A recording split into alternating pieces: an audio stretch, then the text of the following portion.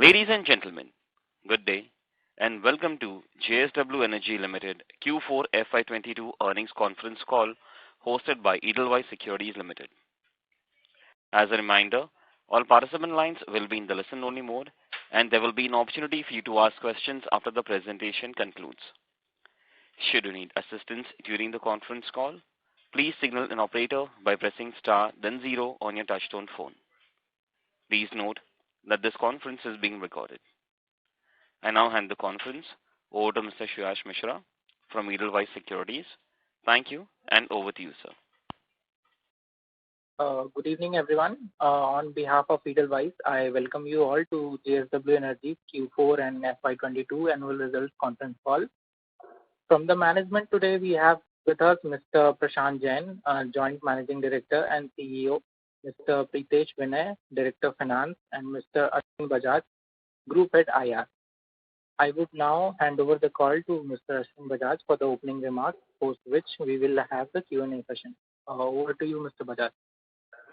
Yeah, thanks Suyash and thanks for organizing the call today. So good evening everyone, this is Ashwin Bajaj and welcome to JSW Energy's results call for Q4 FY22 and also an update on our renewable-led growth strategy.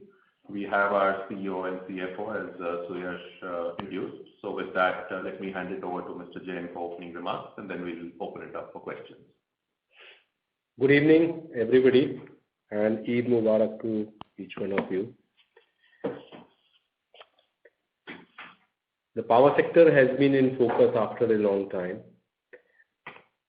And if you look at the power demand per se, the Q4 power demand grew 3.1%. And for the entire year, it was up by 7.9%. And the total demand was 1,375 billion units for the entire year. In the current financial year, in the month of April, we have seen power demand growing at the rate of 12.26%. And in the month of May, for the first 4 days, the power demand is up by 18.8%. Similarly, in terms of the generation, we have seen Q4 power generation was up by 3.4%. And FY22 it was up by 7.8%. We have seen the renewable energy generation up by 15% in the last year and thermal generation up by 8%. If you look at the total mix per se, then the thermal generation was constant at 74.8% in the last year. And hydro percentage was lower at 10.2% as compared to the previous year of 10.9%. Whereas the renewable component went up from 10.6% to 11.4%. The total installed capacity was at 399.5 gigawatt. We saw the capacity addition of 17.3 gigawatt primarily from renewable, which was 15.5 gigawatt, and majority was solar, which was 13.9 gigawatt. And we saw a capacity retirement of 1.6 gigawatt. The interesting trend came in the merchant volume.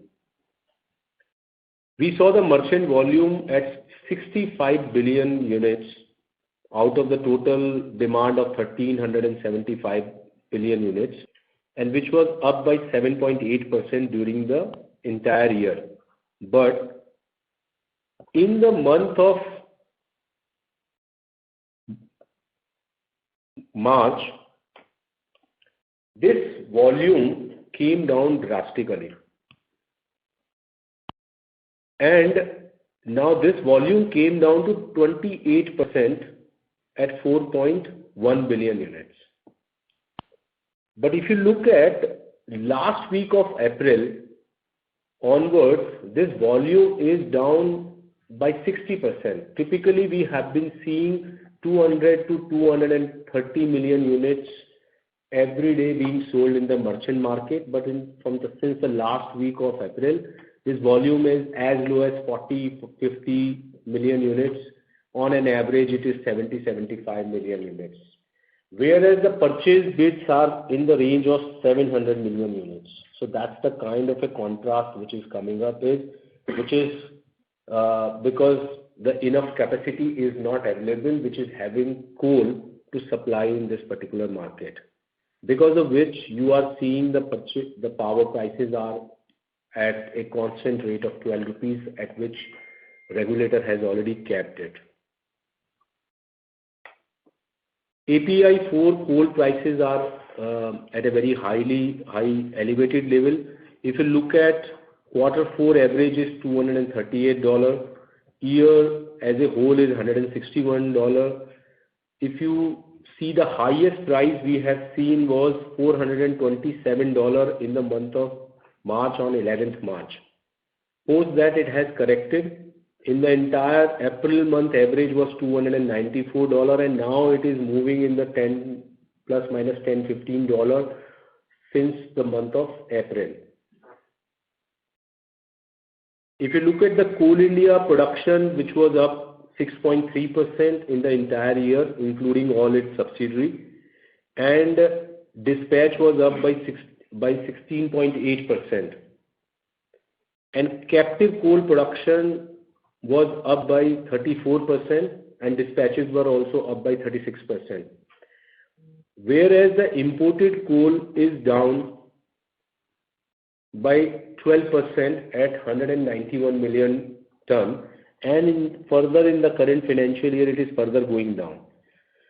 So I'm giving all this data to give one part is that there is a higher price of the thermal coal in the international market, because of which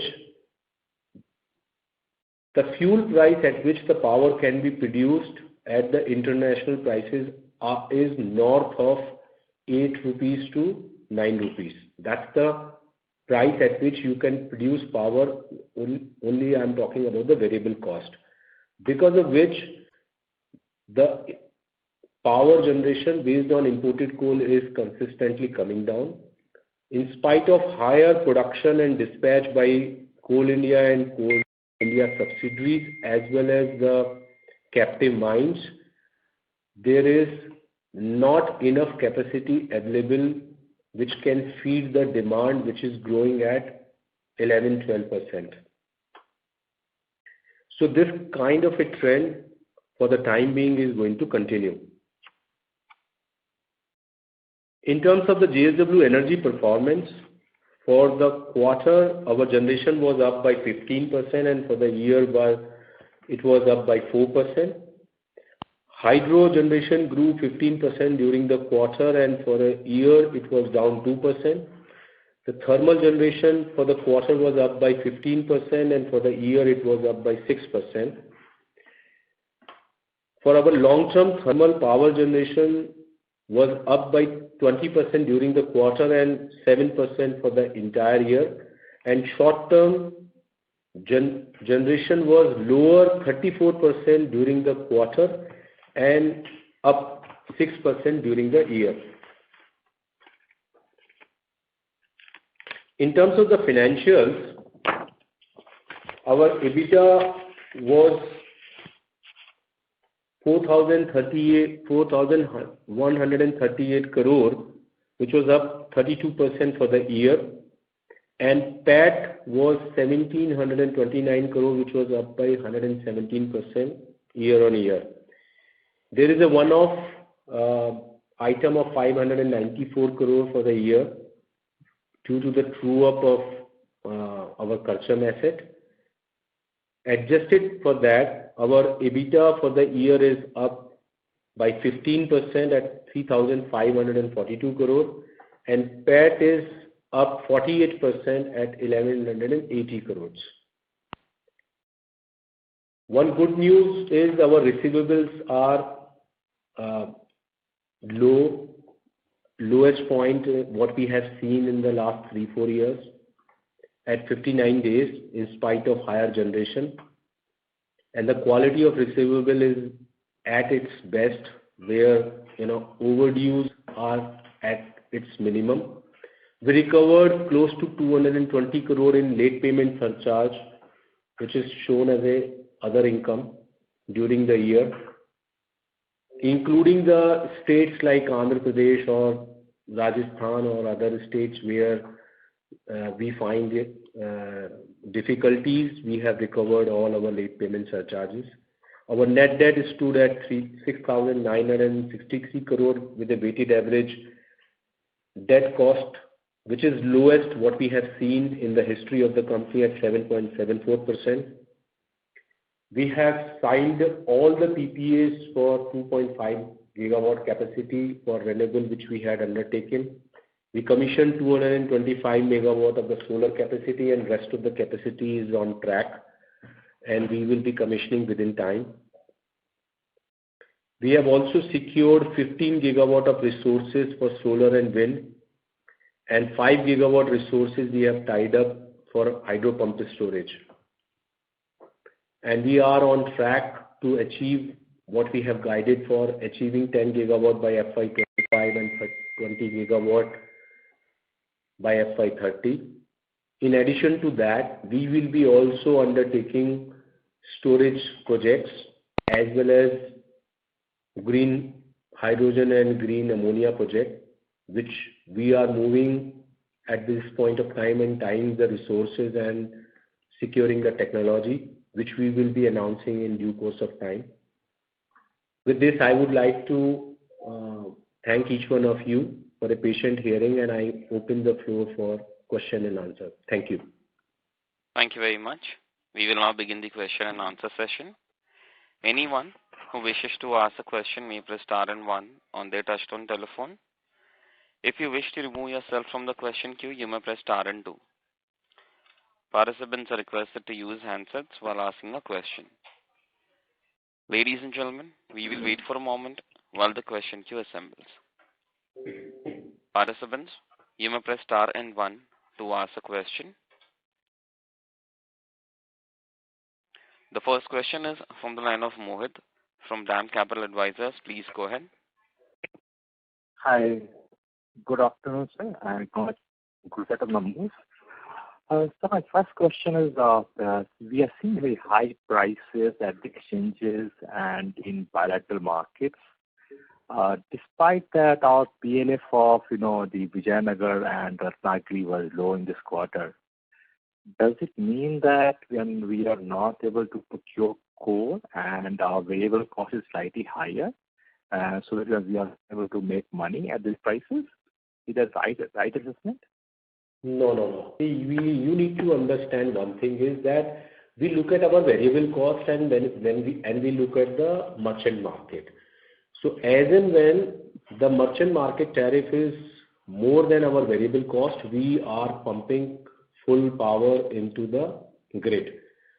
So if you see the merchant market analysis, then the power prices started going up in the month of March, post 14th of March only. Before that, power prices were in the range of, on a day average of 5.5 rupees or lower. Whereas the thermal coal prices were at its peak at that point of time. Now, when the power prices started shooting up, we have been selling the power into the merchant market. We never had any coal issue at any point of time. And to just give you a color, in the month of April, we sold the maximum number of units as compared to any IPP in the country in the month of April. Our sales into the merchant market in the month of April was highest as compared to any power producer in the country. I hope it answers. Understood, sir. Secondly, sir, on the accounting adjustment for the prior period, especially for Kalcham, is it primarily related to higher capital cost approval by the CERC for 2014-19, or is it something else? And secondly, there is also a reversal of carrying cost of 69 crore. Is it related to sharing of the financial gains because of lower interest, lower refinancing cost? Is it the right assessment? Pritesh, I would like to take up this. So Mohit, the truing up order that we got for Karcham Wangto is for the control period 2014 to 19, as well as for 2019 to 24 period, meaning that the effective implications on the books is for a 7-year period, starting from 2014-15 till 2021-22, right? That is number one. Number two is this, that yes, I mean, that order is in the public domain on CERC website, so you all can access that. But effectively what has happened is this, that if I were to summarize the implication of that, is that A, there's been an additional 180 crore capital cost which has been approved based on what was petitioned by the erstwhile owners of this asset, as well as there are certain adjustments on the tax side. So a combination of these two is what has led to the whole reversal of the provisions. We are carrying close to 1,260 crores of provisions, and of which around in total 665 crores have been reversed. Now, on the second part of your question, the carrying cost. So what we were doing is, from the end of last year onwards, part of this provision was basically a carrying cost that we were recognizing in our books for these regulatory liabilities. And now that this has been reversed, so that carrying cost has also been reversed. What is the total impact of Karcham? Is it 590 plus 64? Is that right? Yeah, so above EBITDA and below EBITDA. I mean, if you look at the note number 6 of the SEBI consolidated results, that has an exact breakup, where there is part in revenue, there is part in other income, and there is part which was under the finance cost. Understood. Sir, the third question, our target is to reach 10 gigawatt of renewable capacity by FY25, and we are already in beginning of FY23. So when can we expect to see this pipeline going up of under construction projects? So with 2.5 gigawatt, which is under construction, we will be completing our 7 gigawatt of capacity, and another 3 gigawatt is under development at this point of time. So we are going to start talking about those projects in pretty soon. So we are on course to achieve 10 gigawatt, and maybe we can do better than that. Understood, sir. Thank you and all the best, sir. Thank you. Thank you. The next question is from the line of Vivek from DSP Mutual Fund. Please go ahead. Good evening and happy Eid to you all too. I had two questions. The ROE on renewable power, would that get affected by the high capital cost because all raw material costs have gone up? And in that context, let's say you have to bid and win Mitra, is it better to buy rather than build at this point of time? Is the first question. Should I also ask a second question? Yeah. Okay. In terms of merchant power, if I hear you correctly, at the current coal prices, that 12 rupees is it low or is it still profitable for you? That's the second question. That's all from me. Okay. So the first question, which I am, as far as the projects which we are building, we had secured and finalized all the contracts based on whatever we had planned, and so there is an impact of some component which is primarily the steel, which we have been open because we have to purchase the steel for making the foundation as well as the towers as and when it is required. Otherwise, all our contracts were the fixed price contracts, so there was no implication. But on an overall basis, there is very marginal impact on our capital cost, which we had already built in majority of our projects as a part of the contingency. So we will be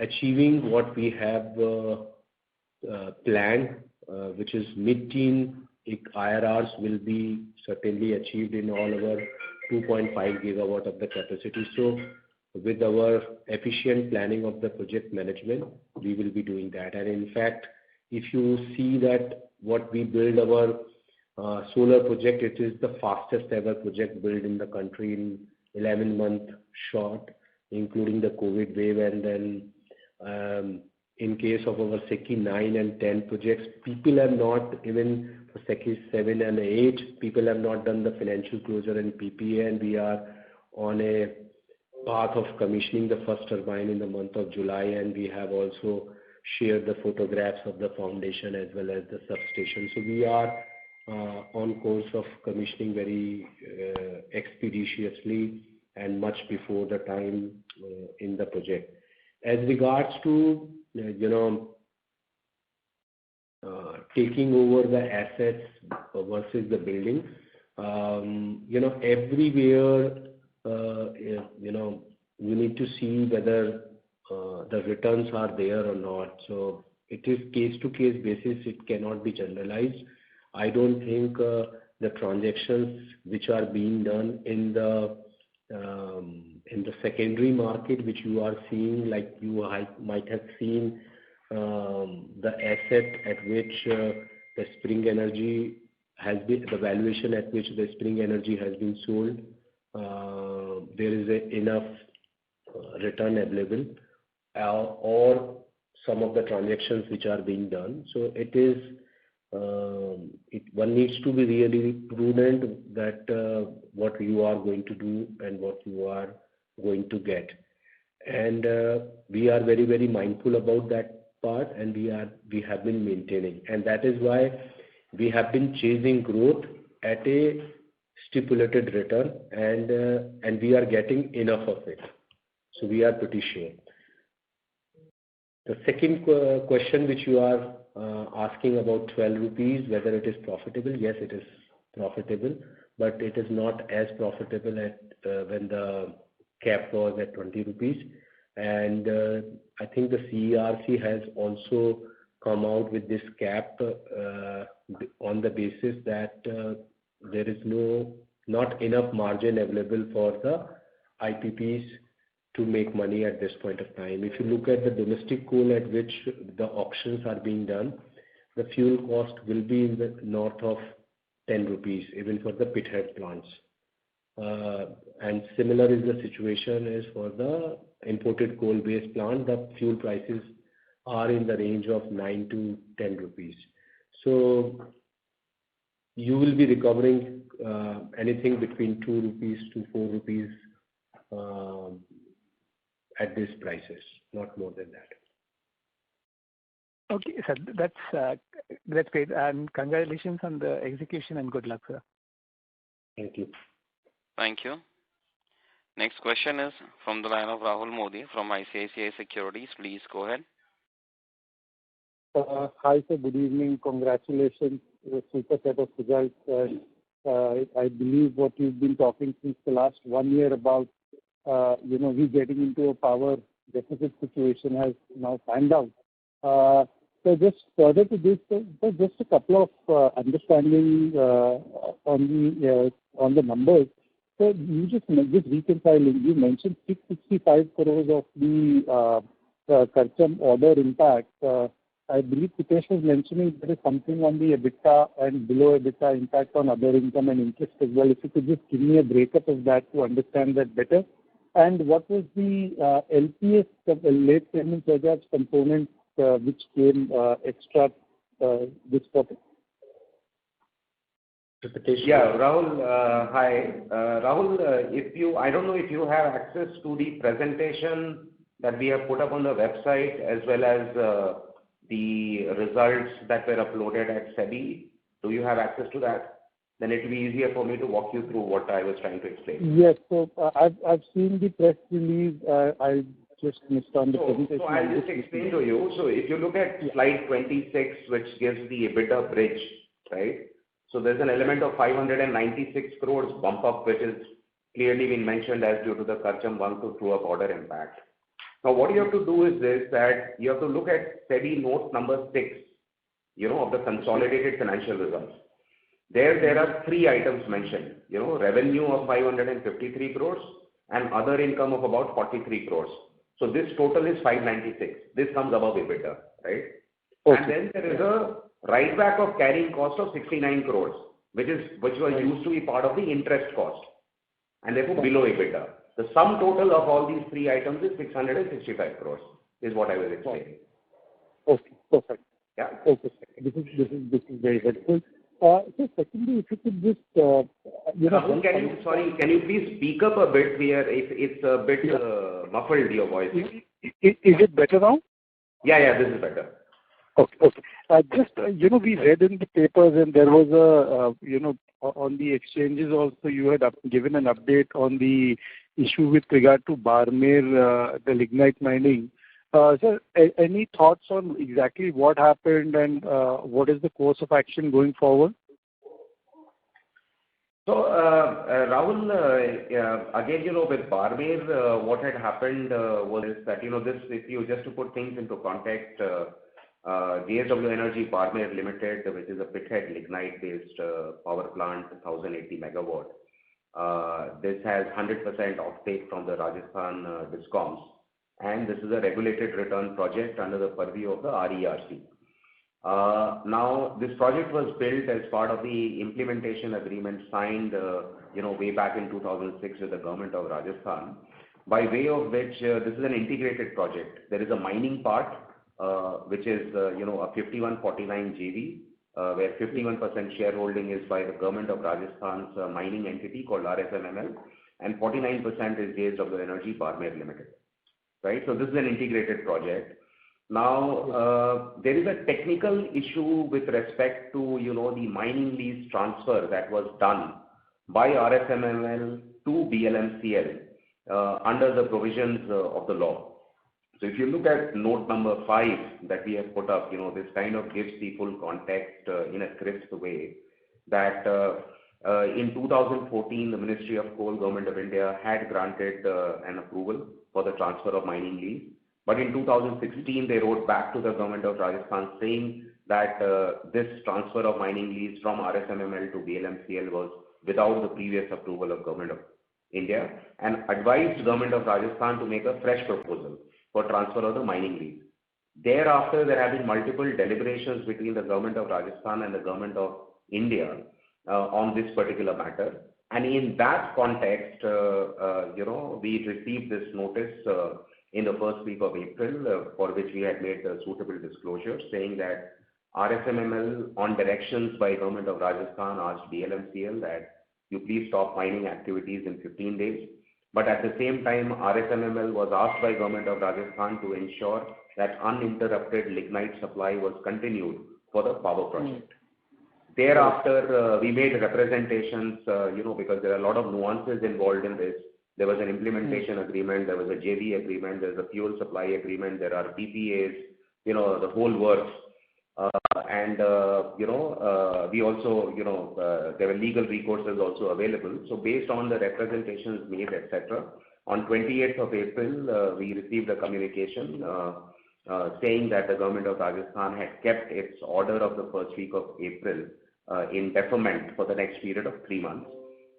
And therefore, lignite mining has continued since then. So this is the whole issue, what had happened. Prashant, you would like to add anything? Yeah. So basically, as Pritesh explained, that this is as governed by a implementation agreement wherein government of Rajasthan is going to secure the 100% of the power supply, and they were responsible to provide us the lignite for this particular power plant. And because of this technical issue, there is a approval which is again being sought from the government of India by government of Rajasthan, and government of India has been actively working upon it, and they are going to they are taking necessary steps. But as far as JSW Energy is concerned, we have been assured of the full lignite supply, and that is what we are getting the return on our fixed cost, what we have made into the power plant. So that is what we continue to receive that, and we are quite confident that that will continue to happen. So this is very helpful. So can you give us some update on the 5 gigawatt of pumped hydro projects that you signed with various states? Any timeline? What can be the tariff structure like, and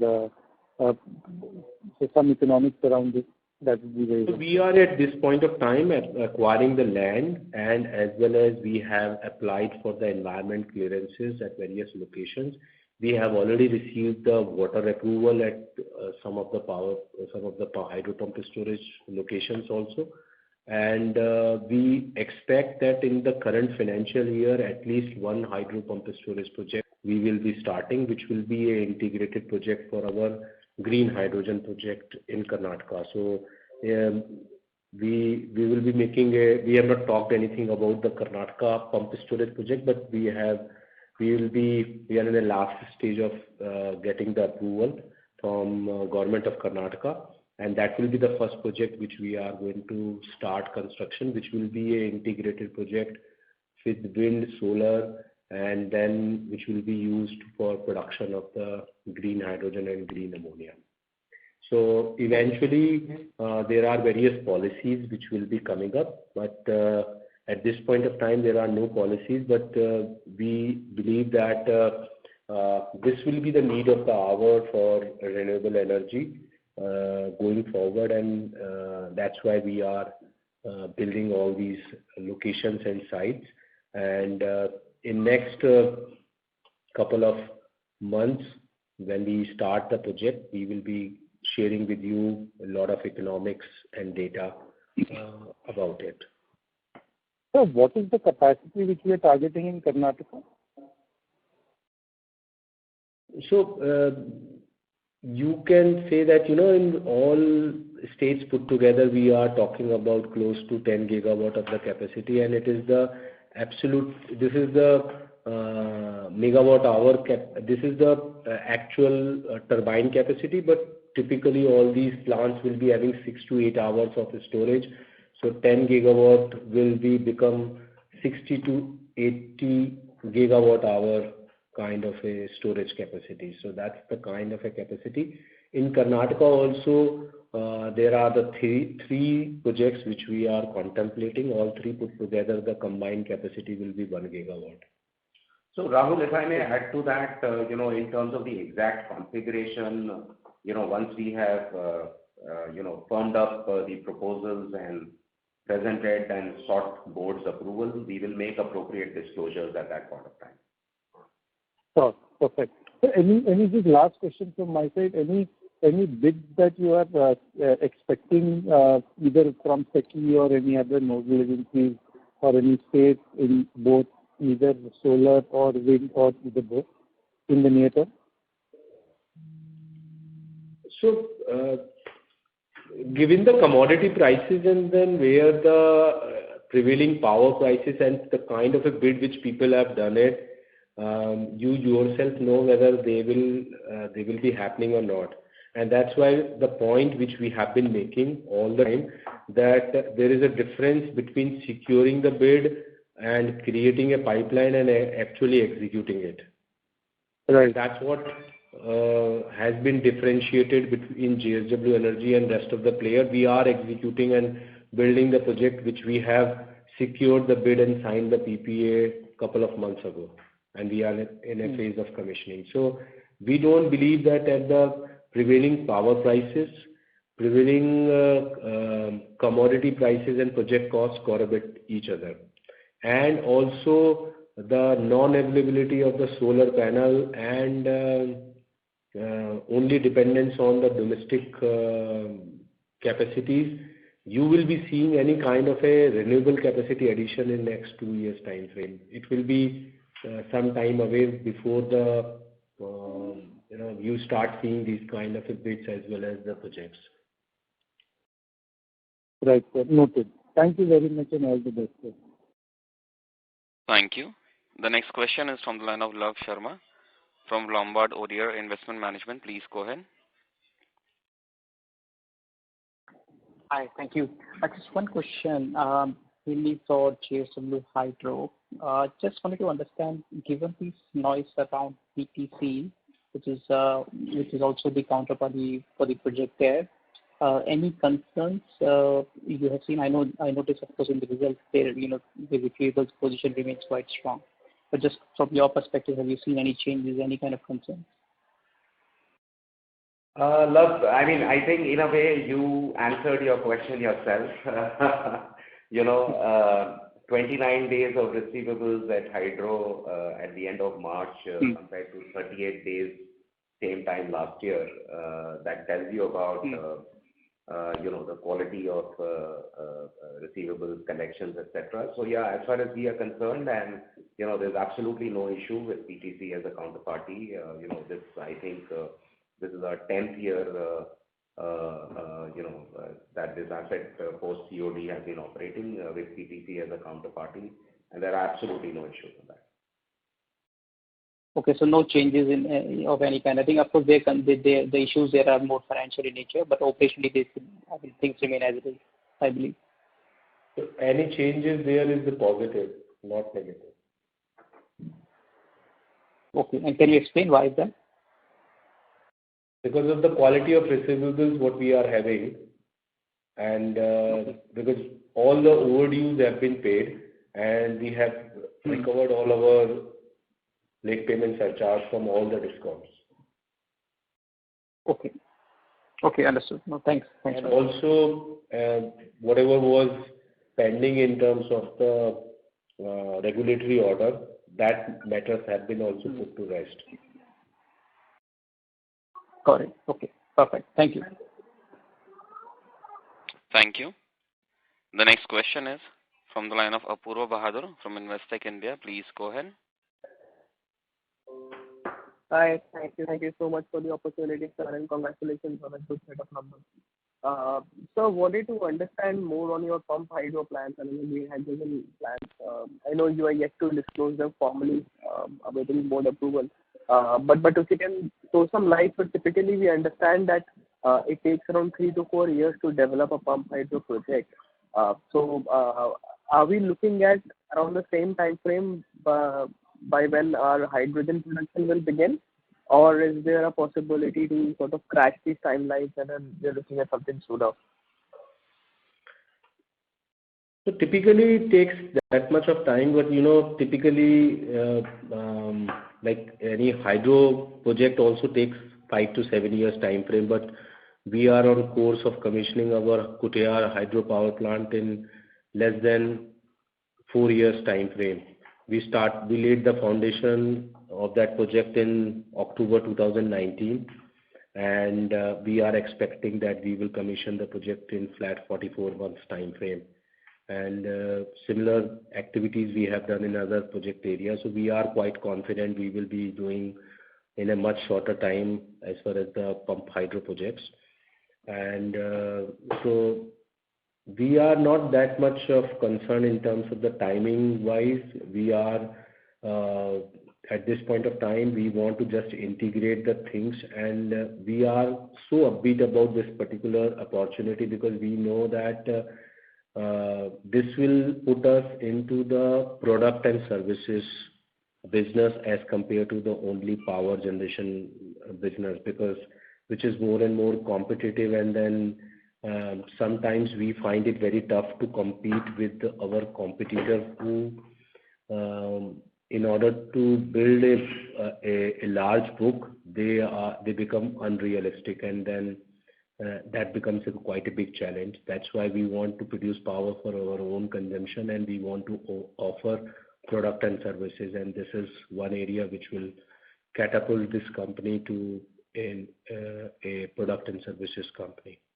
So I think as we start building these projects, you will see that this is putting into this company into a different orbit. Interesting. So you said, as you said, that this green hydrogen will probably change the business model of the company. Can you share what costs are you emitting at which you will be producing green hydrogen whenever you do that, and what type of ROCE business this will be? So will it be like a 20% plus ROCE business, or you are expecting something even better? What I can tell you is, this is something which is going to change the way we do business in the fossil fuel industry, and then how the world is going to be changed. The size of opportunity is quite big, and right now there are a lot of numbers which are there into the public domain, which has been disclosed, right from $4 to $6 of the current production cost of the green hydrogen, and with a roadmap of people going to $1 per kg by 2030 and beyond, including Niti Aayog and various other corporates. What I can tell you is that we will be quite competitive as compared to what people are talking about, and much early what people are talking in terms of the roadmap. And so just give us some more time, because why we are talking about little more time. We are absolutely at a point where we can start placing the order immediately and start the project, and could have taken the board approval in the today's board meeting also. But as you know, that world is right now moving through a lot of supply disruption, demand and supply disruption in terms of lot of commodities, and because of which the visibility on the prices is not firm. And that is what is happening with our suppliers, and that is what we are in a final stage of discussion. And as soon as we are seeing a firm visibility, we will be able to concretize these plans, and then we will be in a position to discuss with you. Sure, sir. So last question from my side, and after that I'll get back in the queue post that. And as I think Rahul mentioned earlier, that your prediction of a power shortage has come true. Actually, it's realizing. So now, do we intend to re-enter into thermal generation again, sir? Probably Barmer second phase. So we have a stated policy. We have talked about it, and I think if we want to, for example, if I want to talk to you about the Barmer project, it was never contemplated based on the merchant power.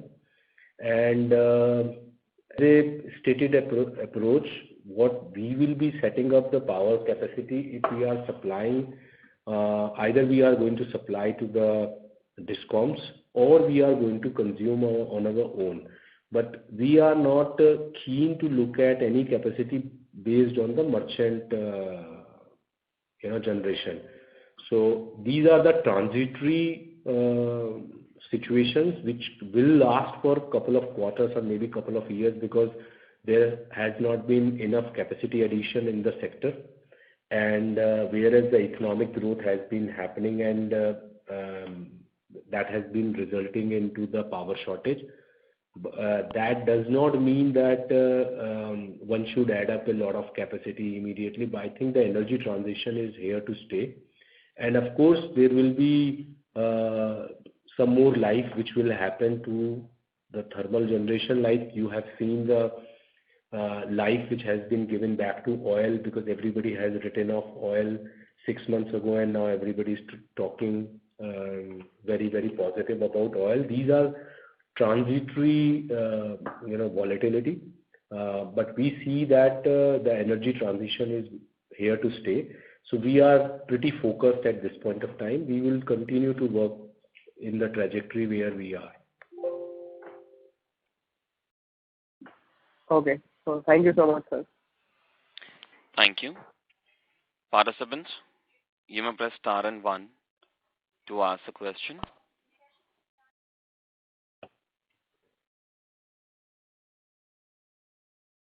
Ladies and gentlemen, you may press star and 1 to ask a question. The next question is from the line of Shyam Garg from Nivesh. Please go ahead. Hello, sir. Congratulations for a good set of numbers. Sir, I have a question regarding the current power prices. So as you can see that currently India is facing power prices, and what are your outlooks on the monsoon season? Because during I'm sorry, monsoon. but then your voice is not coming very clear. May I request you to speak through the handset? Okay, sir. Hello.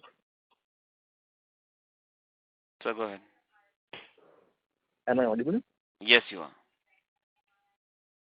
Hello, sir. So my question was regarding the current power crisis. As we can see that the coal demand is rising, power demand is rising, and due to the coal shortage, supply of coal shortage, we are facing this crisis.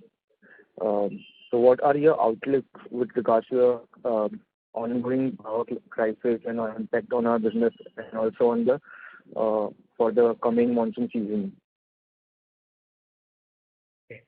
So I think, it's a function of demand and supply and then the input cost. These are the two things which are changing the power prices, because the thermal coal prices internationally are at a pretty elevated level, and India imports close to 200 million tons of coal, and that price, at the current price of $300, that variable cost to produce power itself is 9 rupees to 10 rupees. So as long as thermal coal prices are higher, there won't be enough capacity available to produce power and give it to the grid. And secondly, right now the power demand is elevated. If the power demand comes down, in that situation, there will be a moderation on the power prices. As long as these two conditions are in favor of the higher prices, power prices will remain at elevated level. So it is on a general basis, I can say that the power prices will continue to remain elevated, but it will keep on fluctuating depending upon the monthly or daily demand and supply situation. Okay, sir. Also, I have an additional question. So there is a cap of 12 rupees per unit on the power, and also so we get our basic raw materials for in thermal power plant like coal from government from Coal India, or we get it imported from outside?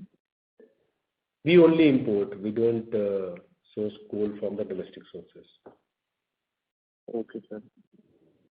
Thank you, sir. Thank you. Thank you. Ladies and gentlemen, we'll take that as the last question. And now hand the conference over to the management for closing comments. Yes, thank you, operator, and thanks, ladies and gentlemen, for joining us today. Please do contact us if you have any further questions. Thanks and good evening. Thank you very much. On behalf of Edelweiss Securities Limited, that concludes this conference.